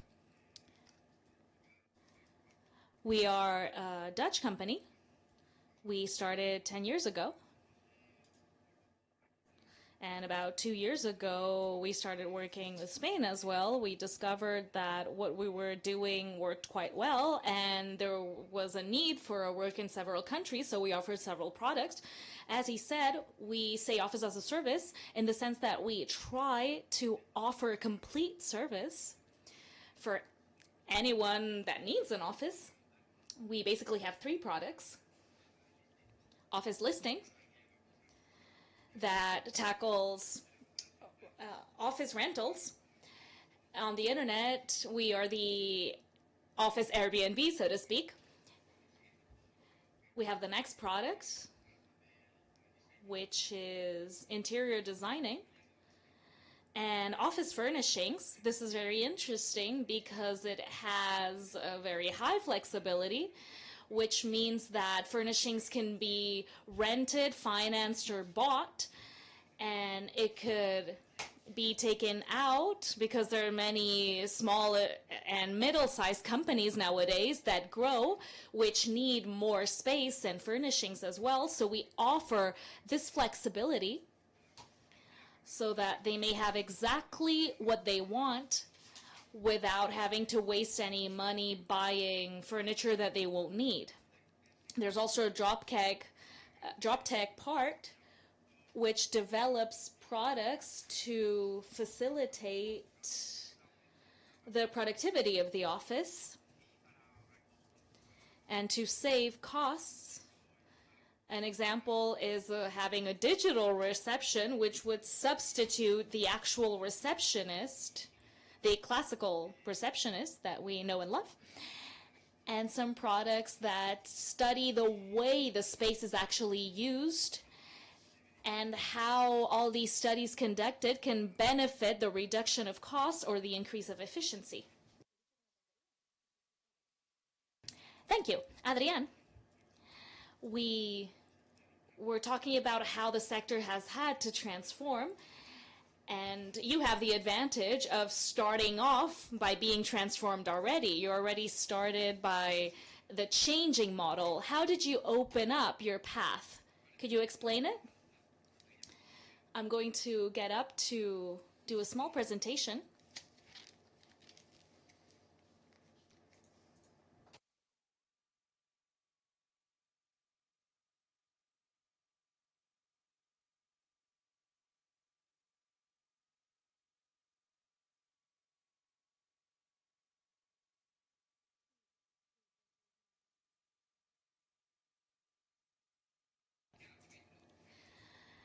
We are seeing how some models come from traditional real estate, and now we're shifting to the digital space. We don't come from real estate sector.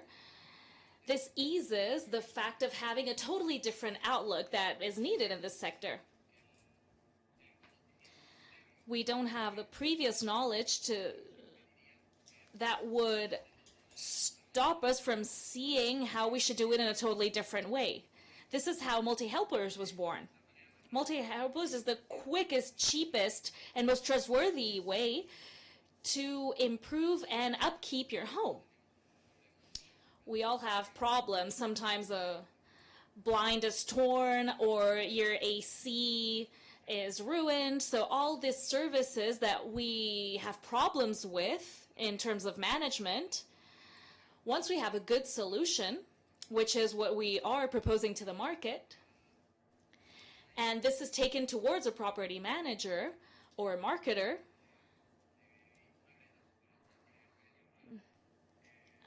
concerning vacation rentals or even long-term rentals or any kinds of rentals, or for a developer, any kind of company within real estate that is truly working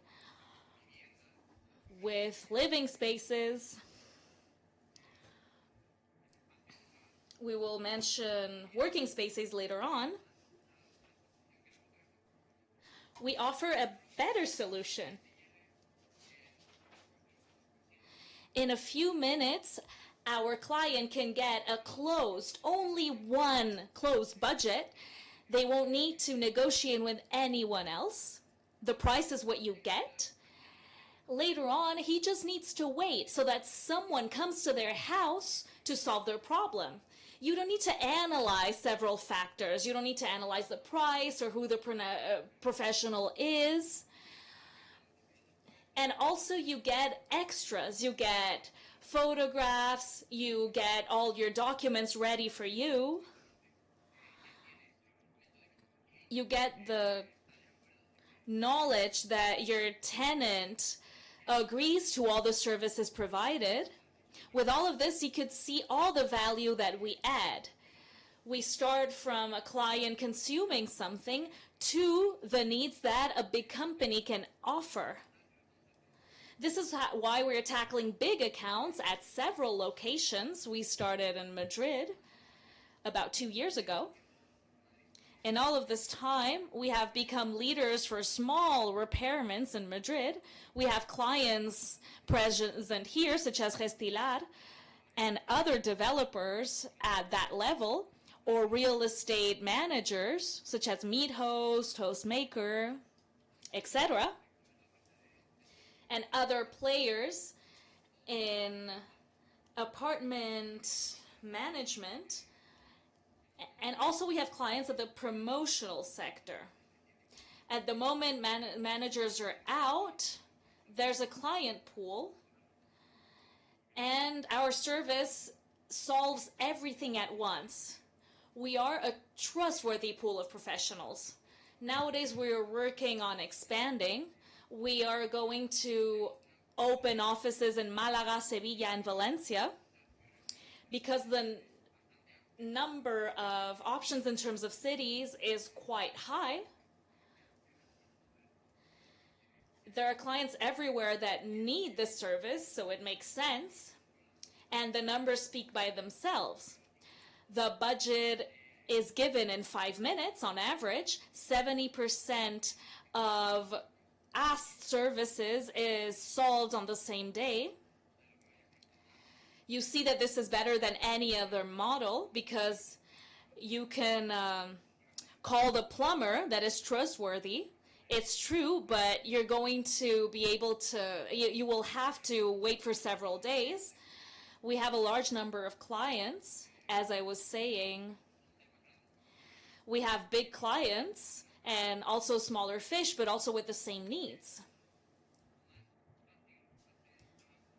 What eases our work most is our assessment. We have been rated 9.4 over 10 because we control the user experience. We digitally especially, and the moment the professionals network go to serve the client, we are still rated really high because we are selecting the best professionals throughout our rating system. Only people with the top ratings give feedback to the system. We work in several sectors, even though we are focused in real estate. We work with the Leroy Merlin. We work with Mutua Madrileña. We have seen that the needs we cover concern people in their homes. We see a lot of pain points in real estate, even though there are pain points in other places. But it's the easiest portfolio of clients to access. The benefits we offer are clear, but I'm still going to assist in them. Speed, of course. We speedily offer a budget and also run it. The client can see the budget on the moment, and all of the services are automized within the platform. We have a customized service, and we also offer speed. The business profile, so that everything is within one platform only. You can see the invoice, you can see all the documents within one platform so that you can check everything is perfect. We have a business tariff.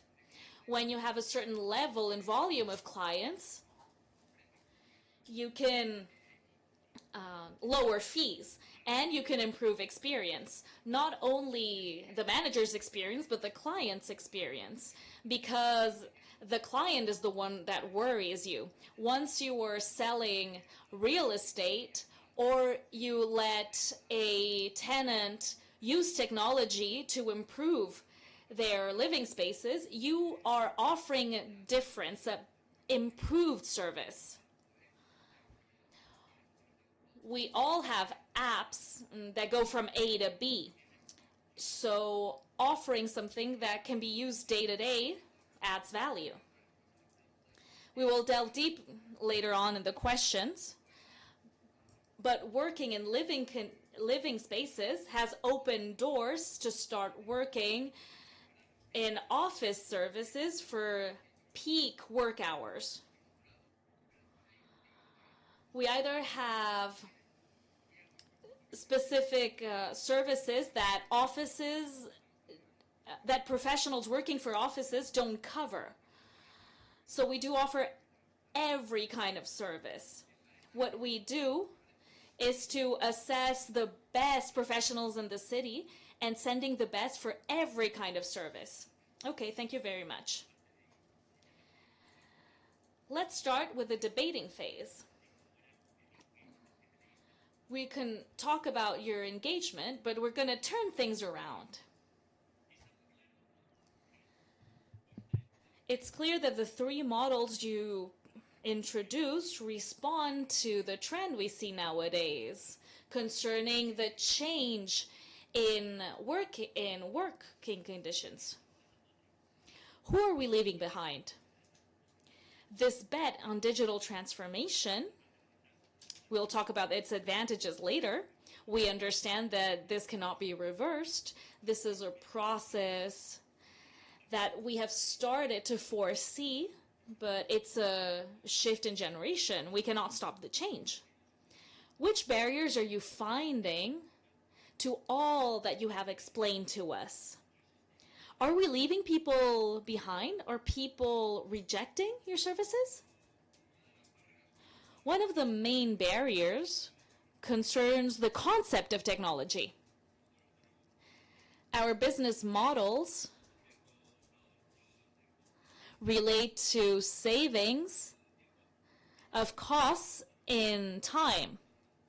And so people see technology as a threat because there's a CapEx and an OpEx that has an impact on budgets. So it's an added value that doesn't save on the first few days.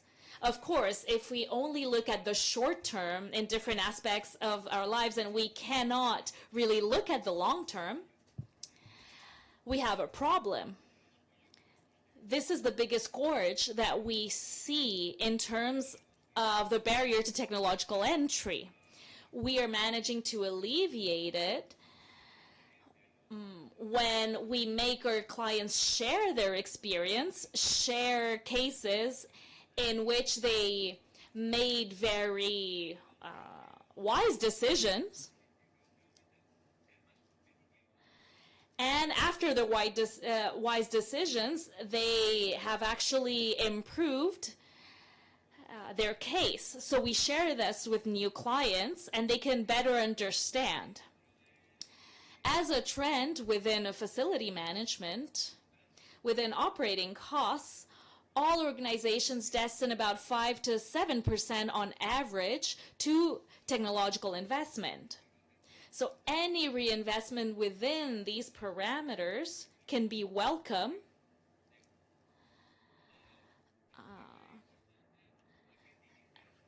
when it gives a value.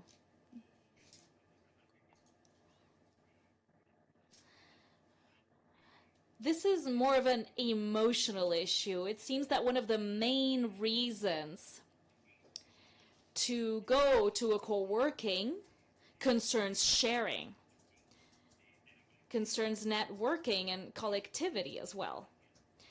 We're talking about one generation. Is this true for all generations? This is interesting. Everyone thinks it's the thing of one generation. This generation has grown with technology, so it doesn't worry about it, etc.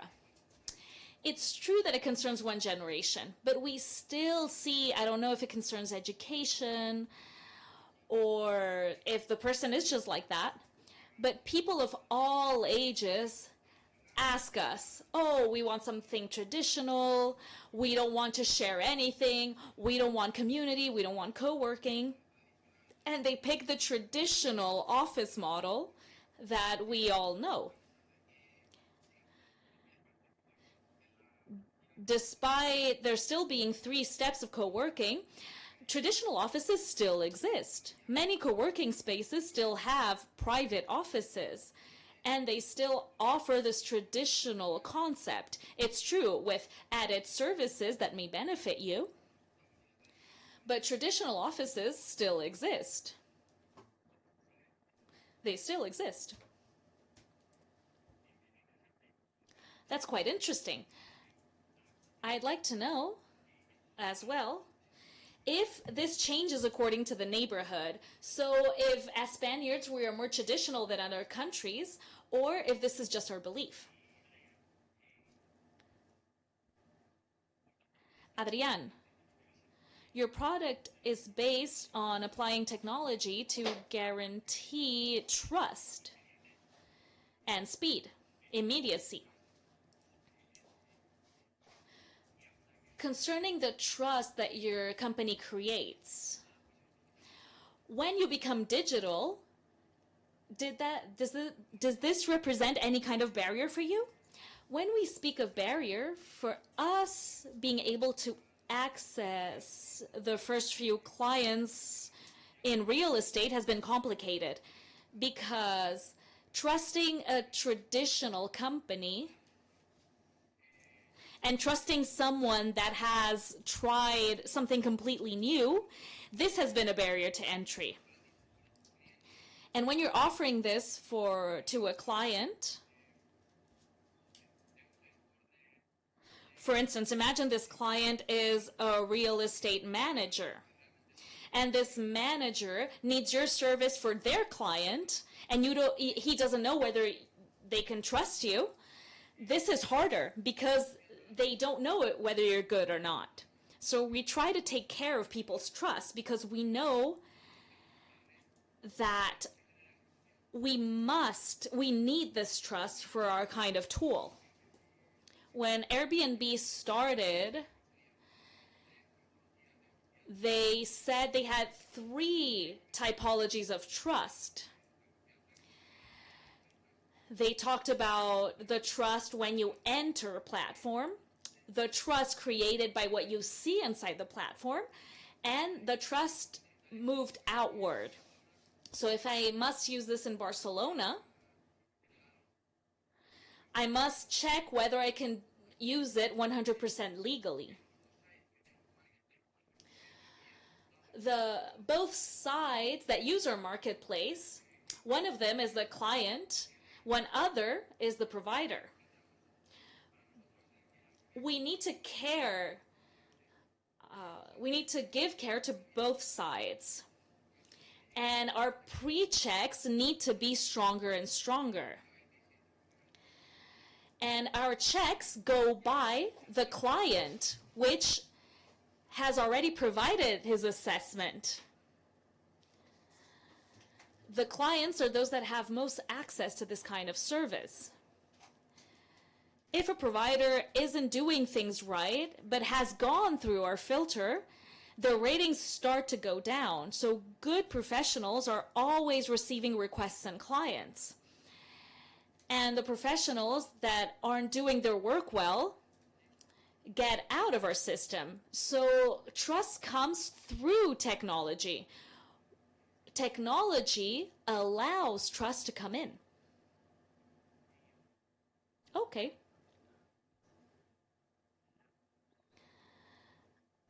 I'm going to ask this to Jordi, even though it's a general question. It seems that the most important engagement point to choose one of these working spaces is the quantity or quality of the services, in line with what we were saying before.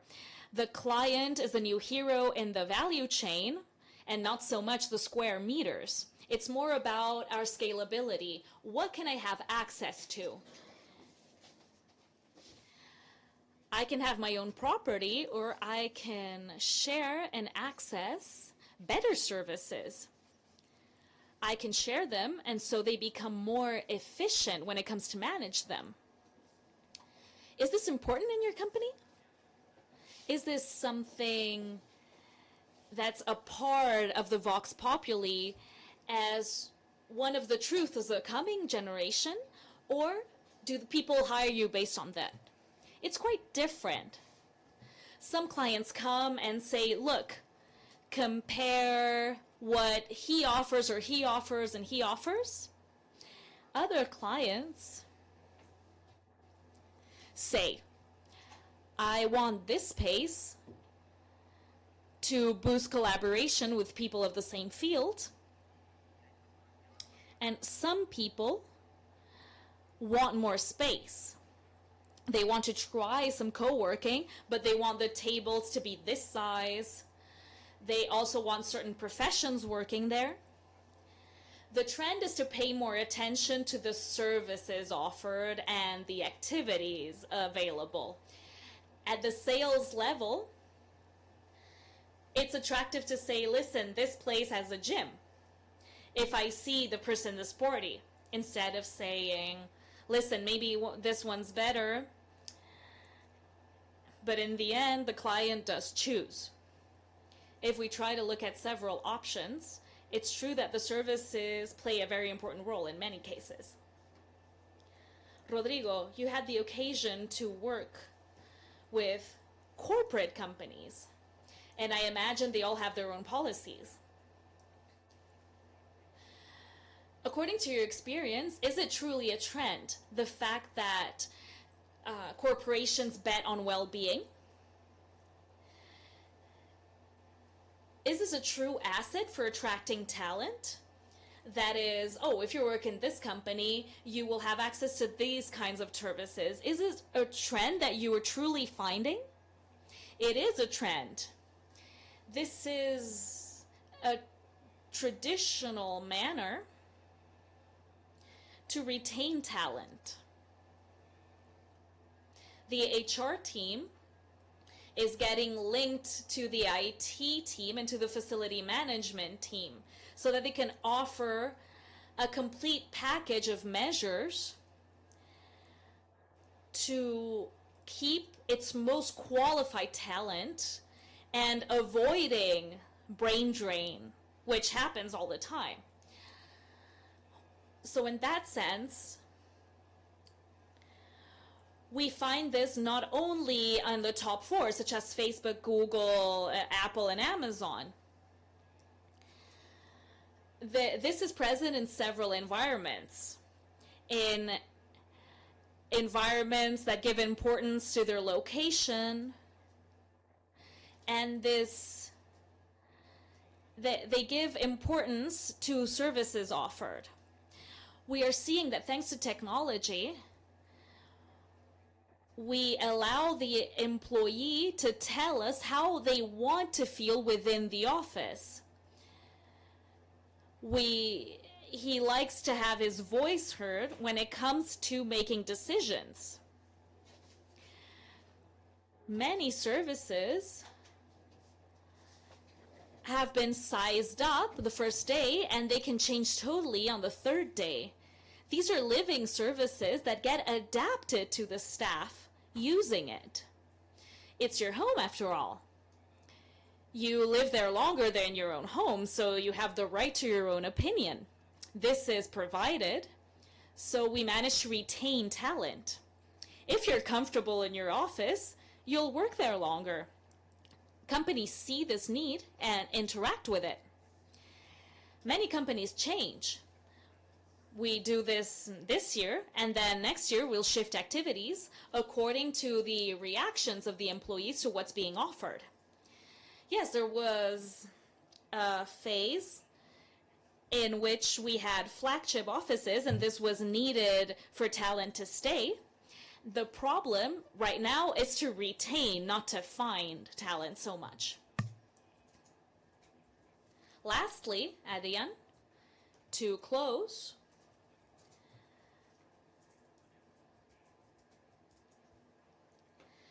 your role concerning workspaces, do you think there's a new trend in Spain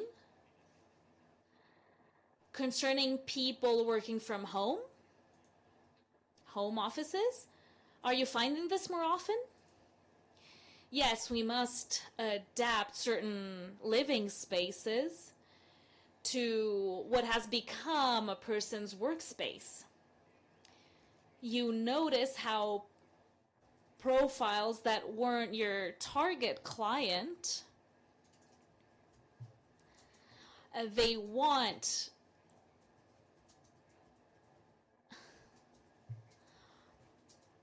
offices. People that before were students are now trying to build their office in-house. Remote working spaces are increasing. Living quarters must be adapted to their work needs. Before, these living quarters were focused on private lives, and now they're being transformed into a working zone. This is important. You must be comfortable where you work.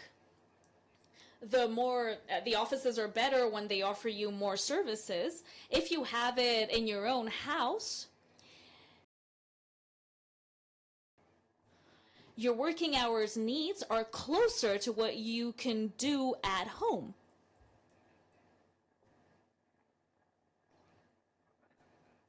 You're not going to work in your kitchen.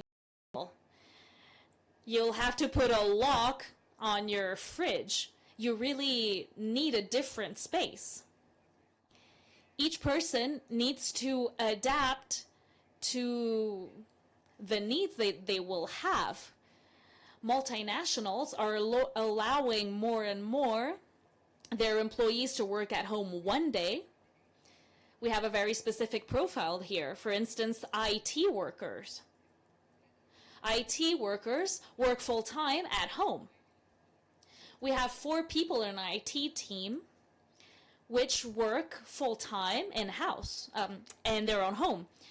We see the need to adapt your house into a working space.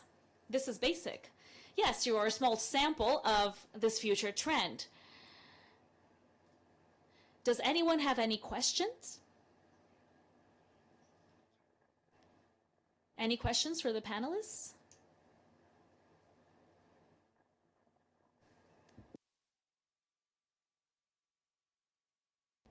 Good afternoon. I am Bimaka director.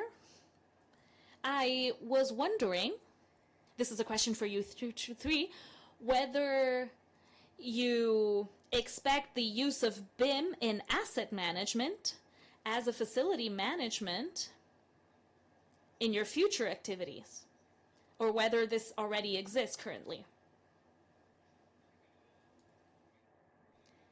Yes, we are seeing this.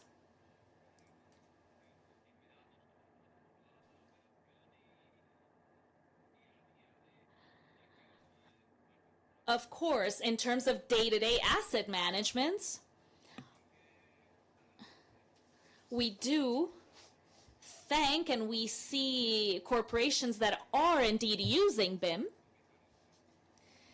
They are the owners of the information. Usual mistakes in which corporations are the actual owners, but they don't have any idea of the actual devices and equipments that they have. So BIM is helping solve these mistakes. This is a value that helps and rescues information in these environments, and then each detail of this information is used within the system. The value from day one that these corporate clients get is huge. They interacting because information is time in the end. So once you get the information, you can solve it at the same moment. Information is not only time, it's also money. All of that is related. If you don't have the information, the time that we need to seek out the information, this is money you're losing, and time in which some critical equipment will put some activity into risk. I do see the risk that the clients are assuming with certain operations, in which they don't have the absolutely necessary information. I am completely in favor of BIM. I'm trained in BIM, and I thank my situation for it. Any other questions? As we said, time is money, so we thank you for your time coming to this panel. This is a three-model paradigm in the sector. We were saying that the workspace world is constantly shifting.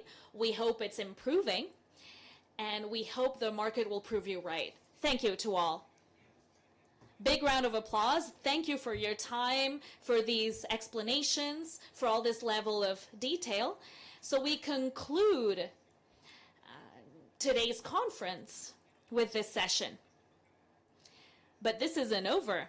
You know that tomorrow the BMP PropTech conference will carry on. We have an awesome speaker first thing in the morning, Anthony Slambers.